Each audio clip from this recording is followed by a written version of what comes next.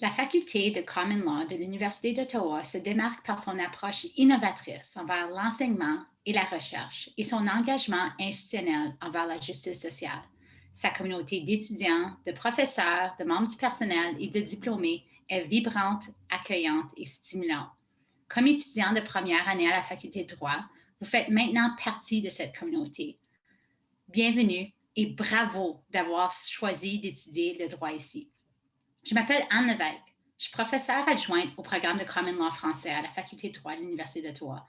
Je suis aussi diplômée du programme. J'ai le grand privilège d'avoir été confiée la tâche très importante d'aider à vous accueillir, les étudiants de droit de première année, cette année à la faculté.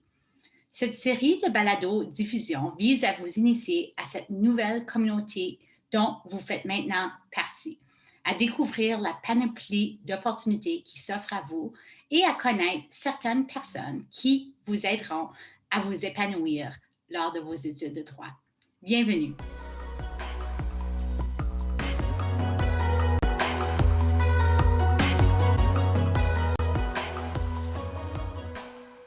Bonjour tout le monde. Dans cette émission de Baladroit, je vais m'entretenir avec le professeur Yves Leboutillier, qui est professeur au programme de Common Law français, mais qui est aussi vice-doyen du programme de Common Law français pour l'année scolaire 2021-2022. Le professeur Leboutillier va vous parler du rôle de vice-doyen, ce à quoi vous pouvez vous attendre comme étudiant de première année et le nouveau modèle de cours bimodal. Le professeur Leboutillier est vraiment une légende au programme de Common Law français. Pour ceux qui viennent en personne dans la Côte de Sable cette année en septembre, vous allez peut-être le voir dans la Côte de Sable en lisant un roman, en se promenant dans le quartier, un peu distrait, le nez dans les livres. Donc, apprenez à connaître cette personne extraordinaire. Bonne écoute.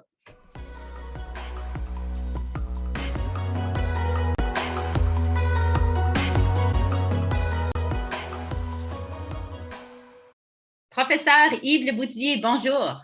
Bonjour, professeur Anne Levesque. Comment ça va? Ça va très bien. On est présentement le 25 juin, au moment où on se parle, et on se prépare, nous, pour la rentrée des membres du personnel et du corps professoral à la faculté durant l'été pour accueillir les étudiants et étudiantes, et en particulier, évidemment, ceux et celles de première année en septembre, et on a bien hâte de les voir. Cette semaine, c'était la semaine d'inscription au cours. C'était tout un défi là, parce qu'on va en parler, là, mais nous avons différents modes d'enseignement prévus, donc en présentiel, à distance, bimodal. Donc, il y avait différents choix à faire, il y avait différents systèmes à monter, mais je pense que dans l'ensemble, ça s'est très bien passé. Là, au mois de juillet et au mois d'août, on va avoir des formations également pour l'ensemble de la faculté, de sorte à être bien prêt pour le mois de septembre. Oui, puis donc moi, j'adore ce temps de l'année où on commence à voir déjà les noms des étudiants de première année qui viennent chez nous. Puis c'est comme, pour moi, c'est comme de voir un roman qu'on n'a pas encore lu. C'est toutes des personnalités qui restent à découvrir. Donc, c'est un moment de l'année que j'aime beaucoup. Oui, je suis tout à fait d'accord. Comme vous le savez, on va appeler les étudiants et étudiantes cet été. Donc, chaque été, avant la rentrée, pour les étudiants et étudiantes de première année, les membres du corps professoral sont disponibles pour téléphoner à ces étudiants et étudiantes-là et répondre à toutes les questions qu'ils pourraient avoir. Donc, moi-même, j'aime beaucoup cette initiative-là, dans la mesure où ça me permet de discuter avec au moins 10 ou dizaines d'étudiants et d'étudiantes et ensuite de les rencontrer en personne par la suite. Oui, j'adore cette tradition. Je me souviens encore de l'appel que moi j'ai reçu quand j'étais avant de commencer, puis ça m'a beaucoup touchée. Puis c'est une tradition vraiment unique au programme de Common Law français. Je pense que ça donne vraiment un ton de l'accueil chaleureux, contente de créer là, pour le mois de septembre. Donc, cette année, c'est ça, vous êtes impliqué un peu plus dans l'orientation, dans l'accueil des étudiants parce que vous êtes vice-doyen. Oui, donc c'est la troisième fois que je suis vice-doyen. En fait, j'ai commencé le millénaire comme vice-doyen. Je l'ai fait il n'y a pas si longtemps. Et là, je vais le refaire. Ça va me faire un grand plaisir. de travailler avec le doyen Alain Roussy.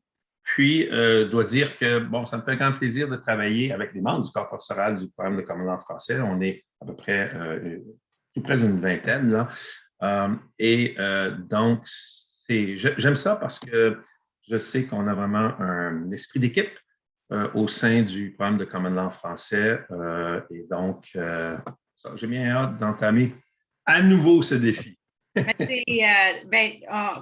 en fait, ça fait 3 ans que je fais l'orientation. Puis je pense que la première fois que je l'avais fait, on l'avait fait ensemble parce que c'est ça, c'était votre deuxième mandat comme vice-doyen. Exactement, la fin du deuxième mandat, c'est ça. Fait que dans la vie, on dit jamais 203, et voilà.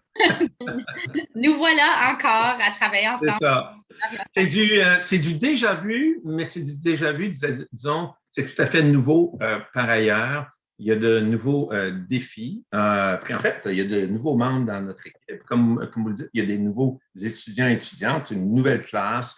Donc, c'est un début d'un 3 ans qui va être vraiment enrichissant, je pense, pour tout le monde. Oui, donc, OK. Donc, là, on va retourner sur peut-être le rôle de vice-doyen. L'été dernier, sur cette série de balados, j'ai parlé à la vice-doyenne Bélanger-Hardy, qui nous a parlé un peu de son rôle, mais est-ce que vous voulez aussi nous en parler? Oui, le rôle du vice-doyen, je dirais, est multiforme. Ce n'est pas un rôle où, c'est-à-dire si on mettait toutes les fonctions qu'on fait réellement, je pense que ce serait assez long comme liste, là. Mais c'est sûr que dans la tête des gens, et c'est très important, d'abord et avant tout, c'est l'offre de cours, c'est-à-dire quels cours seront offerts et par qui. Donc, par quel professeur à temps plein, par quel professeur à temps partiel. Il va y avoir des discussions aussi sur là où la prof va déterminer comment cette personne-là va offrir son cours, mais il va y avoir des discussions aussi sur un bon équilibre en termes de cours qui sont séminaires, des cours pratiques. Donc, il y a ça. Il y a aussi toute la composition des comités et la participation au comité. La réalité, c'est que le vice-doyen est impliqué dans plusieurs comités et également, je dirais, fait partie de l'équipe à la fois des gestionnaires de la faculté, mais aussi dans l'équipe, je dirais, stratégique, c'est-à-dire en termes de mettre en œuvre la vision de la faculté. Bien souvent, le vice-doyen va être un interlocuteur, c'est-à-dire à la fois pour des étudiants et des étudiantes qui souvent, par exemple, vont venir voir le vice-doyen puis vont vouloir certaines précisions sur le programme ou encore sur un cours. Et réellement, dans bien des cas, c'est-à-dire, si je peux régler et répondre à une question tout de suite, j'aime bien le faire, mais aussi, j'aime bien pouvoir les référer, disons, à nos services spécialisés. On en a beaucoup qui peuvent vraiment les appuyer, soit à ce moment-là, ou soit pour l'ensemble de l'année. Le vice-doyen du programme de commandant français, je dirais, disons, un rôle particulier dans la mesure où c'est vraiment cette personne-là qui est, là, disons, le représentant à la fois envers les étudiants, mais aussi à l'externe de la common law en français au sein de notre faculté. Donc, par exemple, le vice-doyen va être sur souvent plusieurs comités de l'Association des juristes de l'expression française de l'Ontario, association là, qui vient de terminer un super congrès. Et d'ailleurs, durant ce congrès, cette association a remis des prix pour des gens qui se sont distingués dans l'apport qu'ils ont fait à la common law français. Et je suis content que donc deux de ces personnes-là, oui, sont des diplômés de notre programme et également trois de ces personnes-là ont enseigné ou enseignent dans notre programme, soit à temps partiel ou enseigné dans le passé à temps plein. Donc, il y a ça, il y a aussi les relations avec justice, donc le ministère de la Justice, avec le Centre de traduction et de documentation juridique. Et comme vous le savez bien, parce que vous avez été impliqué dans plusieurs initiatives, professeur Levesque, il y a aussi, disons, il y a beaucoup de coordination entre divers programmes ou encore d'implication dans divers programmes dans lesquels on a, disons, pour nous, c'est un enjeu, comme par exemple le certificat de common law en français, qui est un programme qu'on offre à des gens qui viennent de facultés anglophones et qui veulent faire une partie de leur formation en français, le programme de droit canadien qui permet aux gens d'étudier à la fois en français et en anglais, le programme national pour les gens qui ont fait le droit civil et veulent faire leur common law par la suite, et le programme dans lequel vous avez été vraiment le moteur, donc pendant plusieurs années, le programme de pratique du droit, qui est une option hyper intéressante après les études en droit, donc qui donne une formation vraiment solide après là, les études en droit. Là aussi, il y a quand même eu, on voit une implication grandissante des échanges là, avec le problème de common law en français. Et je dirais par-dessus tout, pour moi, c'est ma vision des choses. J'ai toujours vu le rôle du vice-doyen ou vice-doyenne comme étant vraiment quelqu'un qui a une responsabilité de conserver la belle cohésion qui existe au sein du groupe, le dynamisme du programme, qui doit encourager les initiatives et, dans certains cas, en prendre. Et nous, on est, je dirais, particulièrement chanceux au programme dans la mesure où, même si, bon, ça fait 3 fois que je suis vice-doyen, mais je veux dire, ça fait longtemps que je suis là aussi, là, ça fait que bon. Mais il y a beaucoup de gens qui ont fait cette tâche-là dans le passé. Et parmi nos collègues, là. Et ces gens-là, disons, je pense, tout le monde réalise finalement, et en fait, cette fonction-là, une fois, comment important c'est de tous s'appuyer ensemble, donc de s'appuyer l'un l'autre. Donc, c'est ça. Fait que c'est en tout cas, de toute façon, c'est un défi que je n'aurais pas fait si je n'étais pas convaincu que j'avais des collègues qui étaient prêts à continuer à participer aussi activement qu'ils l'ont fait dans le passé, un. Et deuxièmement, je dois souligner aussi, c'est important pour les étudiants et étudiantes qui arrivent en première année, que le programme, les membres du corps professoral ont toujours développé, disons, une relation très positive avec les étudiants et étudiantes, et en particulier avec les représentants étudiants et étudiantes du programme de Common Law français. Donc, puis dans ce sens-là, le vice-doyen ou vice-doyenne, cette personne-là est chanceuse parce qu'elle a un échange avec des gens qui vraiment veulent s'impliquer. Oui, puis on dit souvent là, que le programme français, c'est un peu comme une petite famille, puis on est très, très proche. Puis je pense encore, c'est le vice-doyen qui donne le ton un peu là, donc, dans son leadership. Donc, merci beaucoup de jouer ce rôle. Nous, c'est la tendance inverse des familles, je dirais, dans la mesure où c'est parce que moi, j'ai connu quand même la petite famille. Là, je veux dire, du programme, c'est vraiment, je dirais maintenant, au sein c'est un programme qui a vraiment grandi de façon, je dirais, importante en termes de nombre, tant le nombre d'étudiants et étudiantes que les membres du corps professoral. Moi, j'ai étudié dans ce programme. J'ai fini en 84 et à l'époque, la classe était environ 20 à 25 personnes. Et comme vous le savez, elle est maintenant environ entre 80 et 90. À l'époque, on peut compter sur les doigts d'une seule main le nombre de profs à temps plein dans ce programme.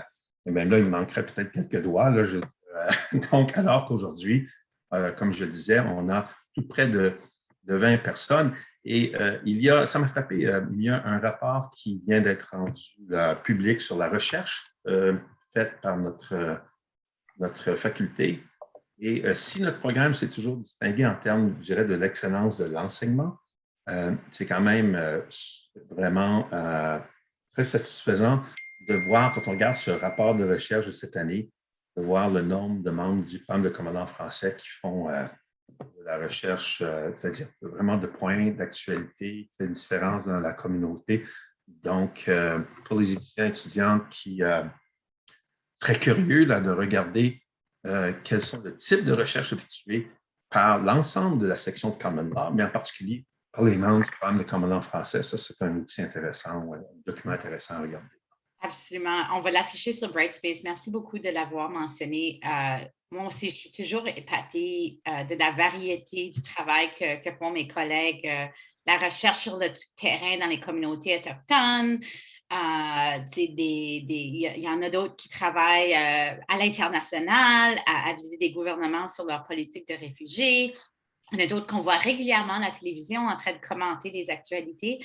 Il y a vraiment une panoplie de d'expérience puis Oui, on a une palette très, très large et vous avez raison de le souligner. Puis aussi, il faut dire que ce qui est fascinant du droit, c'est que c'est un domaine qui, disons, évolue aussi avec la société. Et donc, si on prend quelques exemples, et là, je ne pense pas me tromper en disant, par exemple, de nos jours, le droit de l'environnement, par exemple, c'est un cours à forte pour de plusieurs raisons qu'on retrouve dans notre programme, mais dans beaucoup d'autres programmes également. Et pas juste un cours, plusieurs cours. Les approches critiques du droit, donc sous toutes ses formes. Donc, ça aussi, beaucoup plus qu'il y a, je ne sais pas, 30 ans, il y a des domaines, tout le droit et la technologie, c'est un domaine qu'on a développé en particulier à la faculté, je dirais à partir de 2000. Donc, si quelqu'un comparait non seulement l'offre de cours, mais le type de cours offert il y a au début du programme de commandant français, que ce soit à l'époque le commandant en anglais, et ce qui est maintenant, c'est en fait assez. On voit que le droit, disons, continue à suivre là, les grands, suivre ou dans certains cas être un leader en termes de tendance au sein de la société. Donc, par exemple, on sait qu'on va avoir, je pense, d'ici quelques années, moi je prédis des cours sur l'intelligence artificielle, il y en a déjà, il y en aura davantage, par exemple. Donc, vous mentionnez droit autochtone, ça c'est une composante importante et qu'on veut encore plus, en fait, on veut donner encore une composante plus importante. Je pense que ça va être ça aussi à l'avenir, mais c'est quelque chose, effectivement, qui était peu enseigné, malheureusement, pas si longtemps.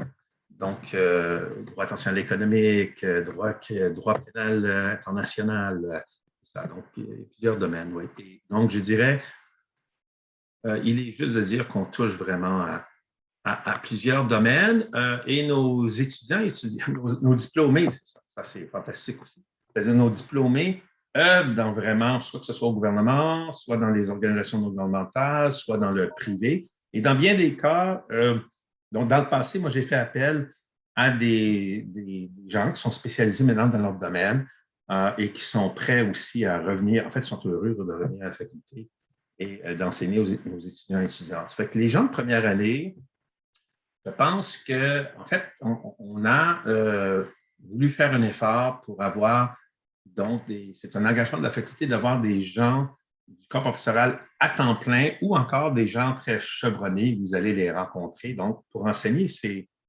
cours de première année. En deuxième et troisième année, bien là, c'est un mélange, effectivement, de gens à temps plein et de gens qui sont de la pratique, mais dans bien des cas, des gens, donc, de nos personnes diplômées se distinguent, en fait, dans leur domaine.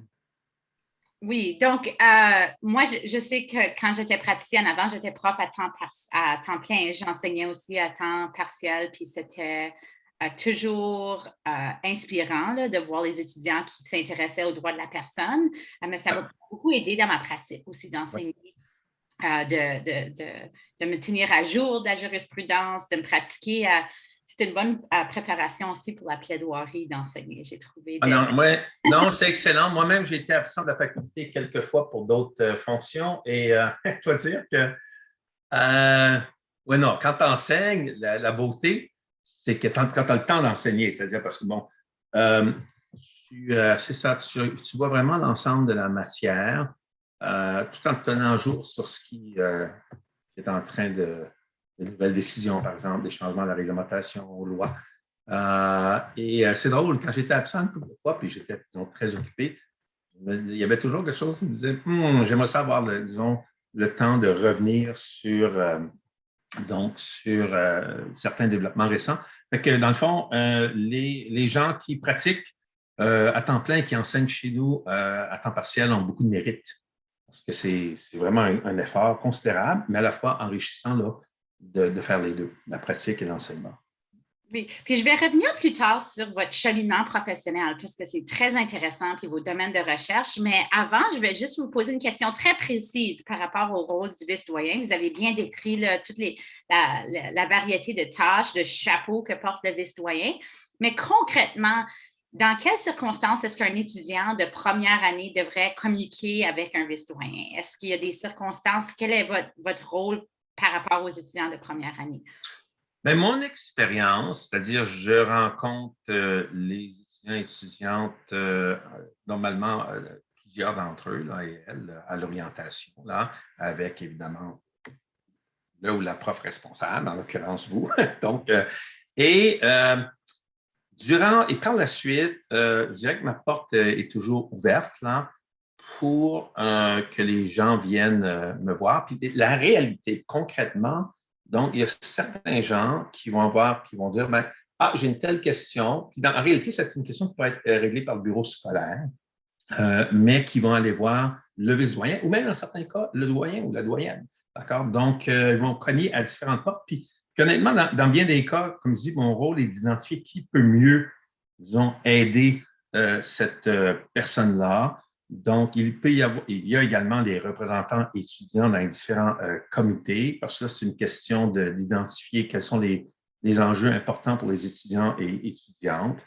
Et les étudiants et étudiantes de première année ont des représentants dès la première année et évidemment, j'encourage tous les étudiants et étudiantes, c'est-à-dire qu'ils soient représentants ou non, là, de s'impliquer fortement dans la communauté. De mon expérience dans le passé, il y a aussi dans certains cas, les gens ont des questions sur certains cours, sur une forme d'enseignement.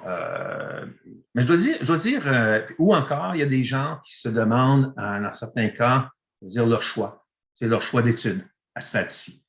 Mais la réalité aussi, c'est que vous avez, les étudiants et étudiantes ont tous des petits groupes également. Donc, cette année, on aura environ 90 étudiants et étudiantes, mais il reste quand même qu'il y a des petits groupes, des plus petits groupes dans certains cours, dont un des cours que vous enseignez, compétences, qui est vraiment, je pense, rendu le plus petit groupe en termes de, c'est environ 30-30-30, là, je pense. Et ensuite, il y a le cours de délit qui, cette année, va être enseigné en 2 sections, mais il a été souvent en 3 sections. Je pense que là, il y a souvent aussi ce ou cette professeur, disons, a une chance de mieux connaître ses étudiants et étudiantes. Donc, souvent, l'étudiant et l'étudiante va se tourner aussi vers un prof, donc pas nécessairement vers le vice-doyen. Donc, c'est un peu. Donc, pour répondre de façon concrète à votre question, je dirais qu'il n'y a pas disons, un type de question particulière qu'un étudiant et étudiante de première année va demander au vice-doyen. Ça peut être toutes sortes de situations, mais la bonne nouvelle, je dirais, c'est, et je ne dis pas ça pour moi, je dis que parce que quand les gens ont des grandes préoccupations, de mon expérience, il n'y en a pas tellement, en fait. Je pense que les gens, disons, sont immergés dans leurs études, se rencontrent leurs collègues, échangent entre eux, règlent plusieurs questions entre eux, parlent avec les membres du corps professoral et de temps en temps, effectivement, viennent voir le vice-doyen ou vice-doyenne pour des questions particulières. Mais disons, comment dirais-je, je n'ai pas une liste d'enjeux outre les questions de plus larges, là, de comment on devrait réformer s'il y a besoin le programme de première année, l'importance de la langue dans la faculté. Puis à ce sujet-là, évidemment, les gens qui viennent dans le programme viennent au programme de Common Law français. Puis je pense que c'est, et j'encourage tout le monde à s'exprimer en tout temps en français entre eux. Puis c'est vraiment une opportunité unique là, ils vont créer des liens, ces gens-là, avec l'ensemble, avec plusieurs étudiants et étudiantes des 2 programmes et même de certains droits civils. Mais comme vous y faisiez référence auparavant, vous parliez de petites familles, il reste quand même que au bout de 3 ans, les gens vont réaliser qu'ils ont créé des liens qui pourraient durer toute une vie. Et souvent, ça va être avec des gens dans leur programme. Pas l'ensemble des gens, mais quelques personnes, et ces liens-là vont être précieux. Oui, je suis complètement d'accord. Donc, pour les étudiants de première année au PCLF, au PDC, à quoi ils peuvent s'attendre? À quoi ressemble une année, la première année en droit? Bien, je pense que pour moi, c'est une année fondamentale. J'ai eu, au début de ma carrière, j'ai enseigné un cours de première année à l'époque en droit privé, la DELI. J'ai enseigné par la suite des cours en droit public, en droit constitutionnel, qui touchent au droit constitutionnel. Quand je regarde de nouveau, et je réfléchis à ce qu'on était à l'époque comme prof, que j'étais appelé à enseigner, ou ce que les étudiants et étudiantes étaient appelés à lire. Je dirais que vraiment, disons, une année assez capitale. Pourquoi? Parce que vous allez apprendre vraiment des éléments de base sur le rôle du droit, le rôle de l'interprétation dans le droit. Beaucoup des grandes affaires, des grandes décisions ou des grands instruments, les lois, règlements, qui dont tout juriste devrait connaître. Vous allez, donc c'est une occasion, je dirais aussi, de vraiment vous lancer je dirais, dans une collaboration, c'est-à-dire avec vos collègues, de travailler en équipe également, parce qu'en réalité, tout le monde s'enrichit par l'échange d'idées. Donc, je pense qu'il y a une meilleure compréhension à ce moment-là. Donc,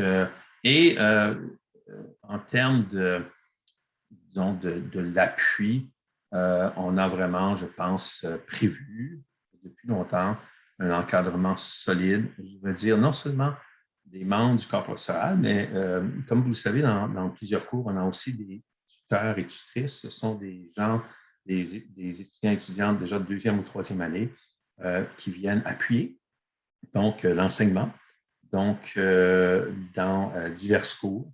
Donc, l'étudiant et étudiante doit s'attendre de première année, donc pas de choix de cours comme tel, donc doit accepter, je dirais, de se lancer dans cette aventure, va découvrir des domaines qui l'ont toujours intéressé et par ailleurs, va découvrir des domaines que la personne n'aurait jamais soupçonné qu'elle aurait un intérêt de plus en plus vif pour le domaine en question. C'est intéressant aussi de mentionner et de réaliser que plusieurs de nos étudiants et étudiantes de première année, en fait, nos étudiants et étudiantes de première année, puis la classe en général, provient vraiment de différents domaines d'études auparavant, que ce soit sciences politiques, que ce soit chimie, que ce soit criminologie, bon, etc. Et donc, dans ce sens-là, ils arrivent tous avec une certaine, je dirais, préconception du droit qui n'est pas nécessairement la même.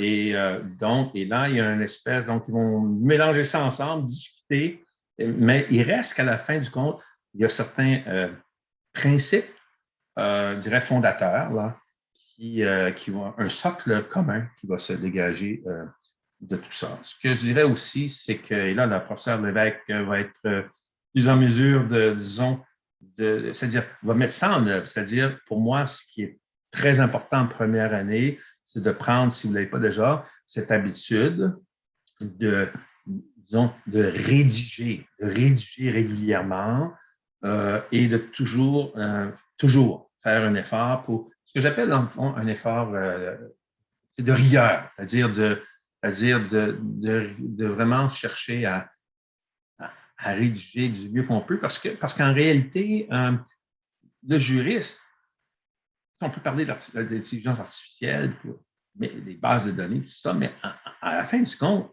le juriste doit bien s'exprimer oralement et doit rédiger avec clarté. Et justement, dans le congrès de l'Association des juristes d'expression française d'Ontario, depuis les 2 dernières journées, à un moment donné, on parlait des audiences à distance.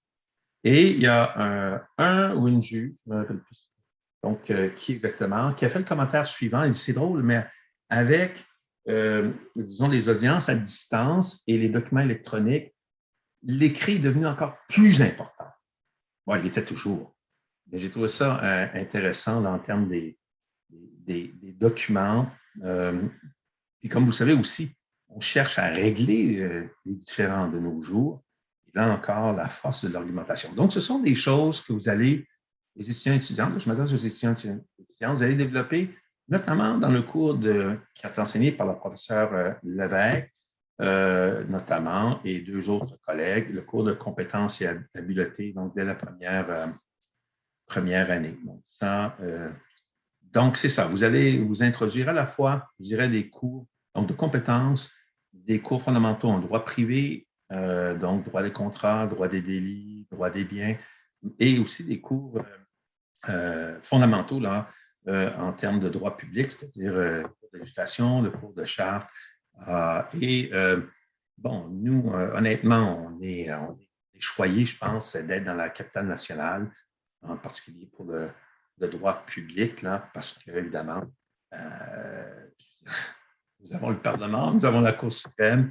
Et d'ailleurs, là-dessus, je pense que dans votre programme d'orientation, vous allez souligner ça, mais il reste que les étudiants et étudiantes ont une occasion, durant leurs 3 années ici, de découvrir, quand on parle de concret, hein, de découvrir sur place ces institutions-là.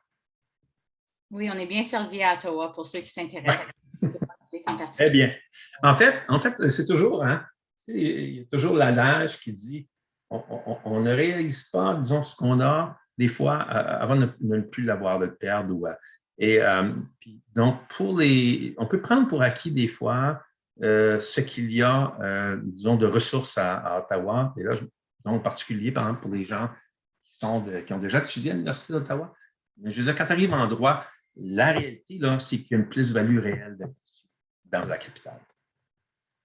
Absolument. Je me souviens encore du moment où j'ai vu le Parlement pour la première fois, puis j'étais complètement émue, puis j'ai encore ce sentiment chaque fois que je te vois. C'est intéressant parce que moi, j'ai commencé mes études en droit, lorsqu'on fait longtemps, donc, lorsque la Cour suprême a rendu le jugement sur le patrimoine de la Constitution. Donc, il y avait plein d'étudiants en droit. C'était un jugement historique là, qui a permis l'avènement de la Charte et tout le reste. Et donc, plein d'étudiants en droit ont dit on va se rendre à la Cour suprême, puis on va marcher là, puis on va voir on va entendre, disons, en étant à l'extérieur, mais le jugement, bon, c'est ça. Donc, oui. Un moment mémorable, j'imagine. Ouais. Donc, cette année sera un peu différente par contre, avec le bimodal puis la pandémie. Pouvez-vous nous parler un peu de ça, de comment cette année sera différente? Les cours bimodal, de quoi il s'agit?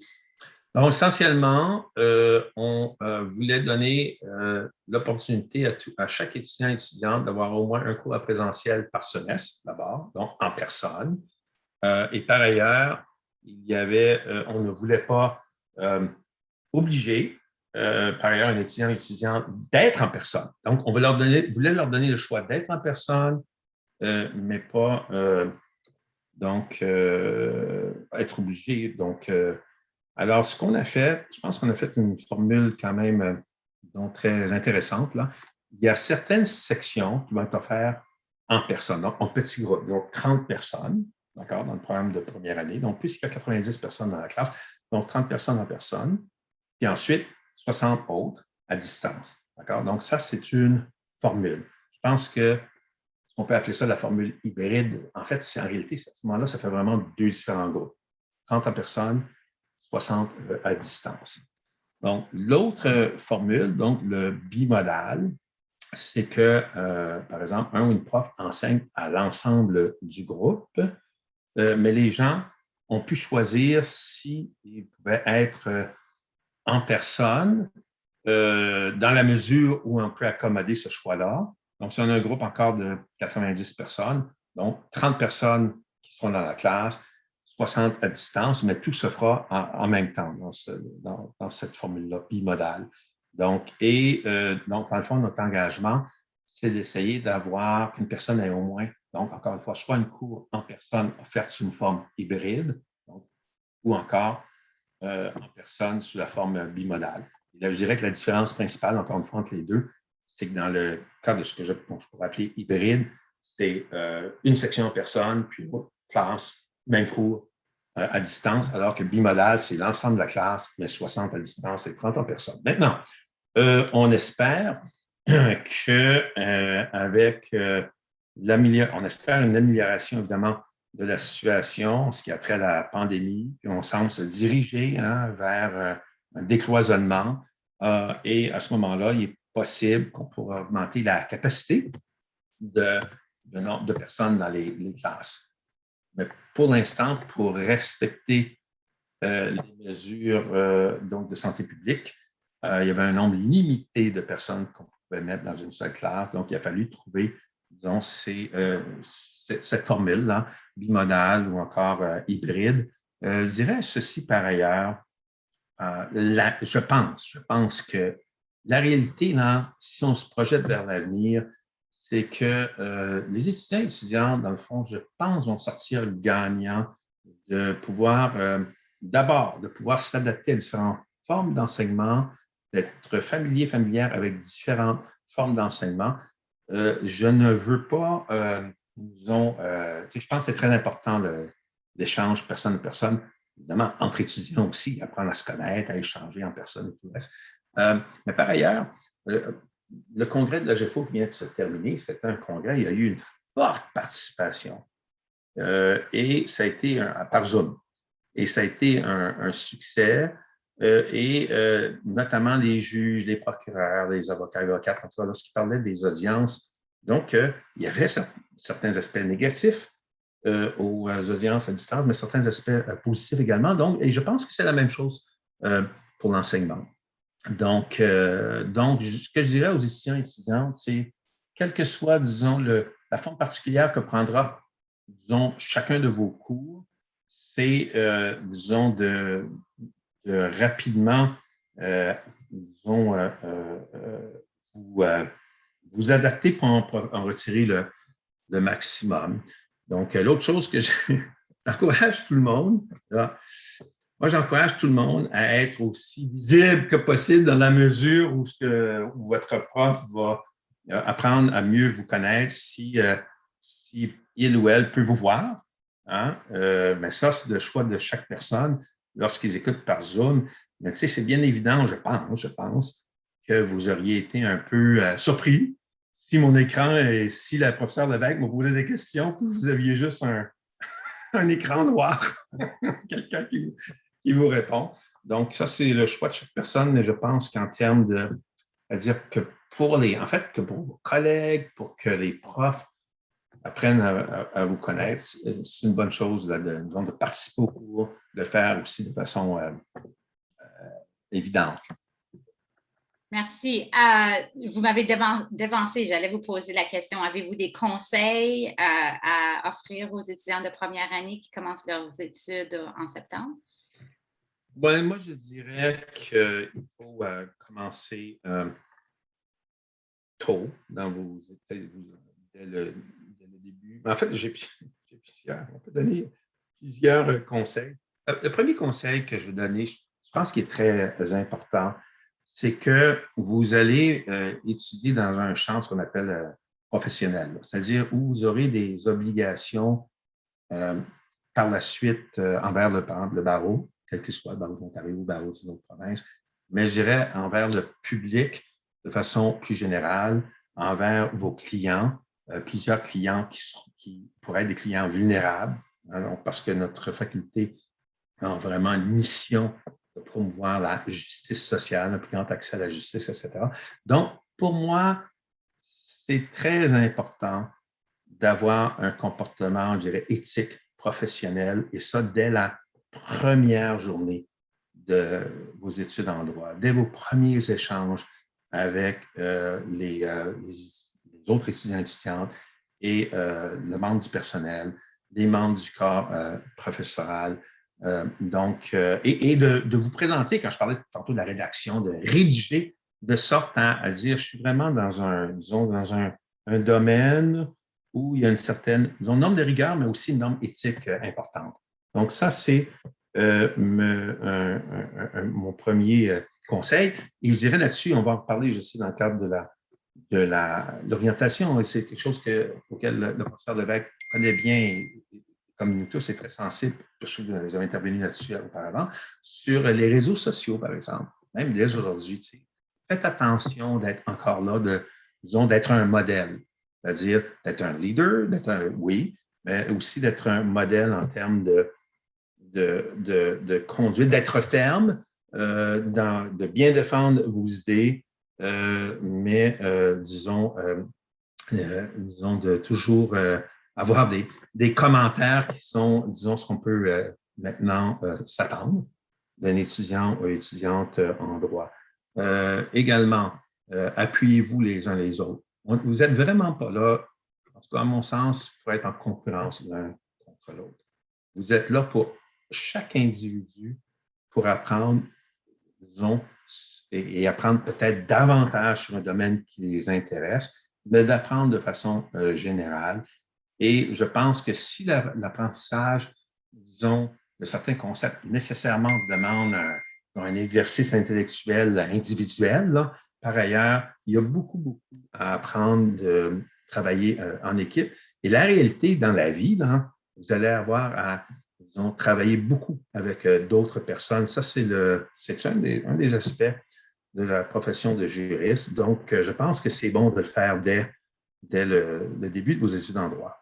Également, la faculté de droit a vraiment une riche palette d'activités, de conférences, de comités. Et donc, essayez de trouver dès le début, disons, une activité ou certains aspects du droit qui vous intéressent et profitez de l'opportunité que vous avez peut-être des fois un peu de temps pour aller soit écouter une conférencier ou une conférencière, participer bénévolement à un comité. Bon. Donc, ça, c'est important également.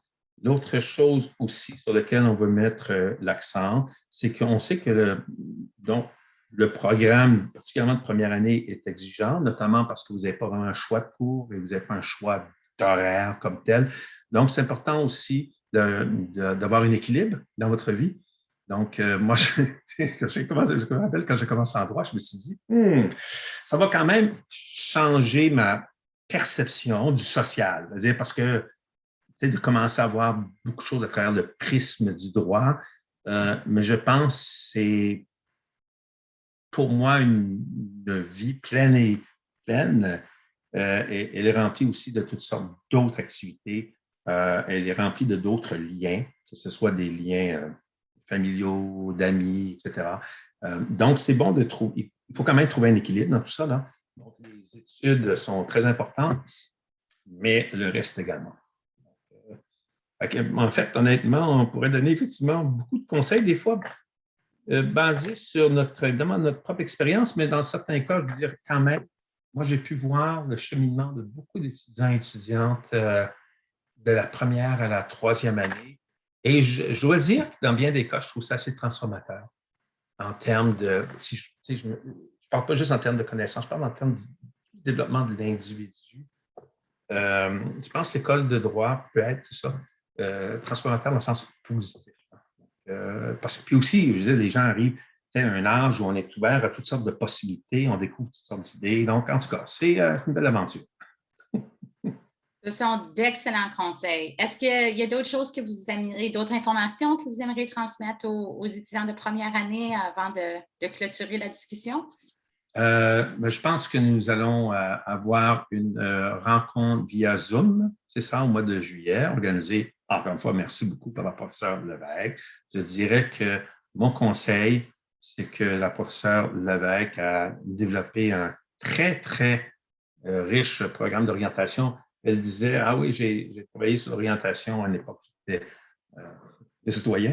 Donc, je dirais que, donc, elle a beaucoup d'expertise en la matière et donc, vous avez un programme qui est très riche et je dois dire qui est très dynamique. Ce que j'aime beaucoup, moi, du programme d'orientation de cette année, c'est que c'est vraiment un mélange. Quand on parlait du bimodal, en réalité, on a pas pu faire Lévesque vous a préparé un programme où il y a vraiment des composantes, je pense, donc de différentes formes, là, de vous donner de l'information.